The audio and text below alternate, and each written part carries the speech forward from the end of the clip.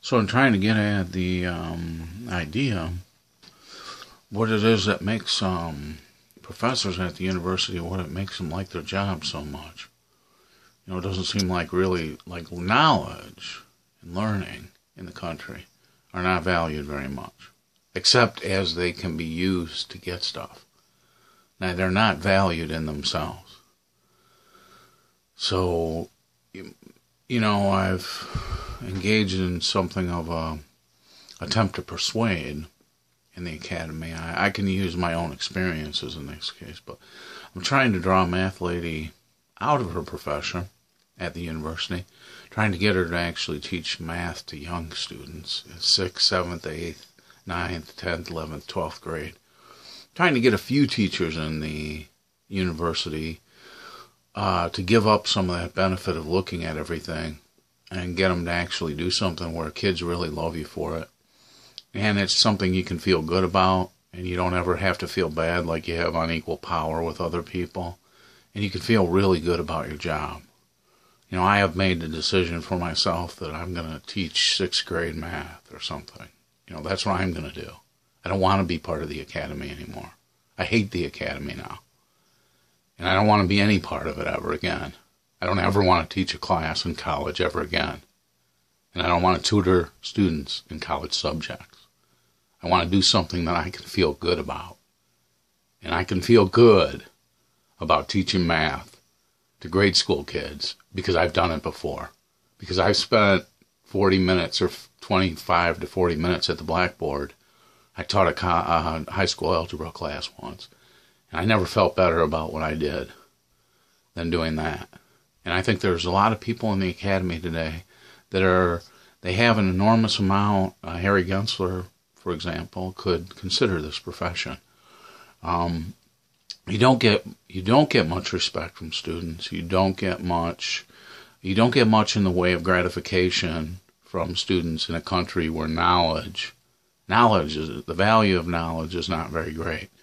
But if you teach in a grade school setting or a middle school setting, possibly a high school setting, that would be a little tough for me, I think.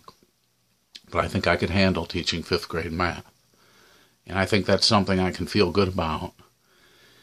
And I don't have to feel like some kind of superior intellect because I can understand that stuff. And I can teach that stuff. And I can be good at that. But I need to be educated in it. I need to secure a degree before I can do that. And that was one of the reasons why I wrote to Dave Buller and asked him to introduce me to someone he now claims doesn't exist, who could tell me about how it was that she got interested in math and whether or not it's rewarding for her and what she likes about it. And I wanted to have a discussion with her generally as a friend, as a person, fellow educator.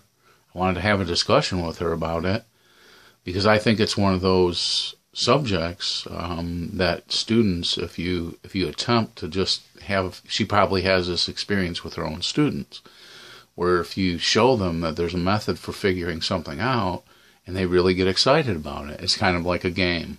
There's a University of Chicago text that has been created that has changed a lot of young people's attitude towards mathematics because it makes it more into a game. And it's a successful text. It has a purple cover. It's issued by the University of Chicago, 1 through 6. Now, I'd like to see them actually expand that text and go middle school through high school with that program of texts, because I think it's a good thing, and I think it would improve on mathematical skills and scientific education of young people in America. So it's something I'm interested in.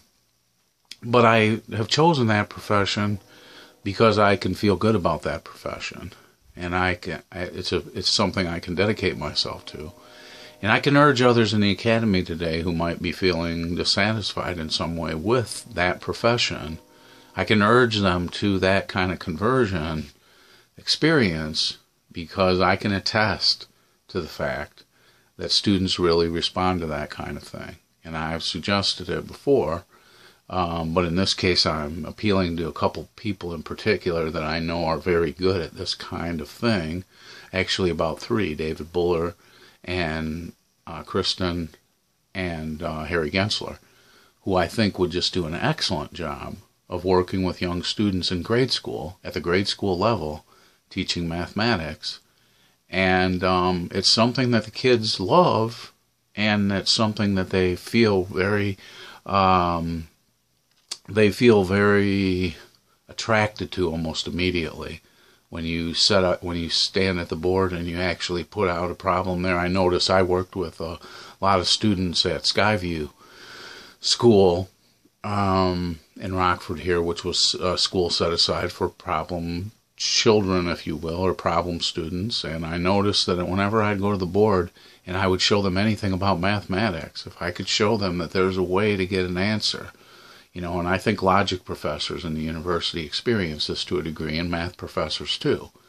But it's something you can get out of the game at the university level, and you can get into a sphere where you really feel satisfied with what you're doing, and you really feel rewarded for doing it. You get the direct reward from the students as you teach them, and it's something that it pulls you out of an atmosphere where you got to be thinking or watching or looking at something, and you can concentrate on your profession, and you can hone your skill, and you have students for generations, 30 years, 40 years, 50 years from now, that will say, I remember my grade school math teacher. I mean, my grandmother, Alice, was no mathematician, but she taught me that method of commutation before I ever heard that term in school, before I ever took any algebra. And so it's something that, and I know how I led up to that as a student when I was learning from her. And so I think that given my experience, and given my experience of Harry Gensler, who's a very skillful teacher at logic, he has the advantage that he knows logic, so he can be teaching math, but he can also be introducing logic principles too to students, and those students are going to become engineers in the future. They're going to become scientists at companies. They're going to do all the things that students do with mathematics. But, mainly they'll probably have stories to tell people for years to come. Probably his own logic students do this kind of thing. He doesn't need to look too far to find out that fact. And that's the proof.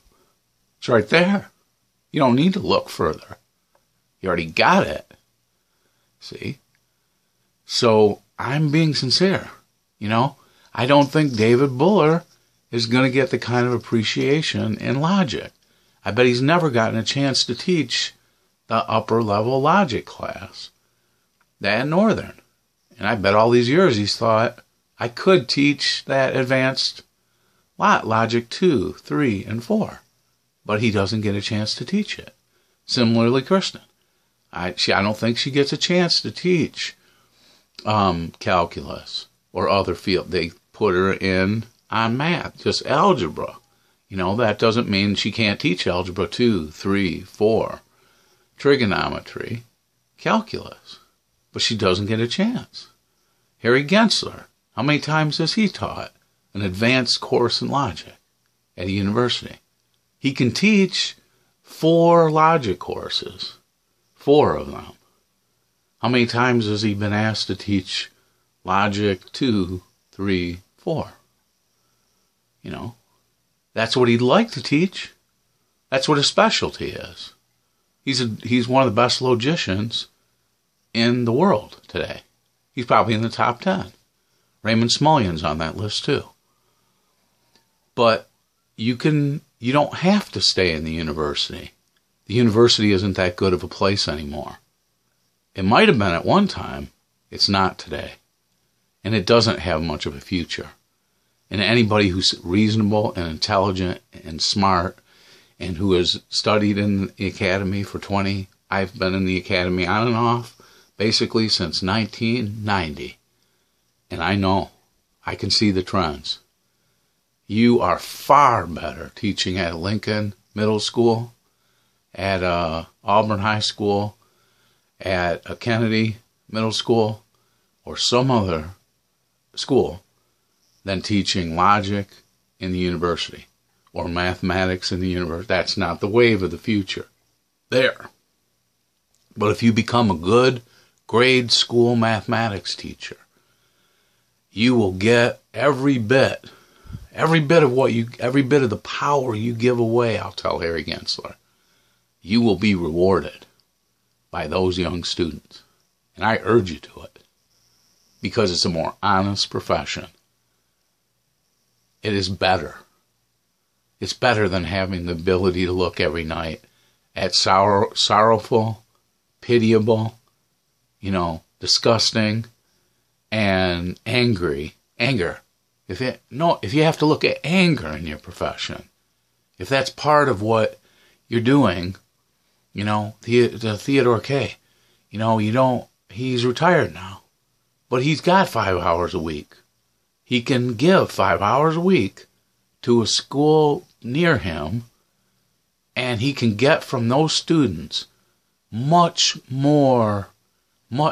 fill his heart with much more goodness and feelings of goodness than can any oppressed philosophers at a hotel room or anywhere else today that are being looked at by academies anywhere around here. David Heinrichs, he might be retired, he might be in his 80s by now, probably around 70 or 80 years old. If he give 5 to 10 hours a week, or if he'd be a part-time math teacher in one of these universities, one of these high schools, or middle schools, or grade schools, he'd be doing much better for this community than to be a hanger-on over there at Rock Valley College. I urge you to leave the universities. I urge you to leave the colleges, grade school, and those things. Private tutoring, private education, that's where it's at. Not there anymore.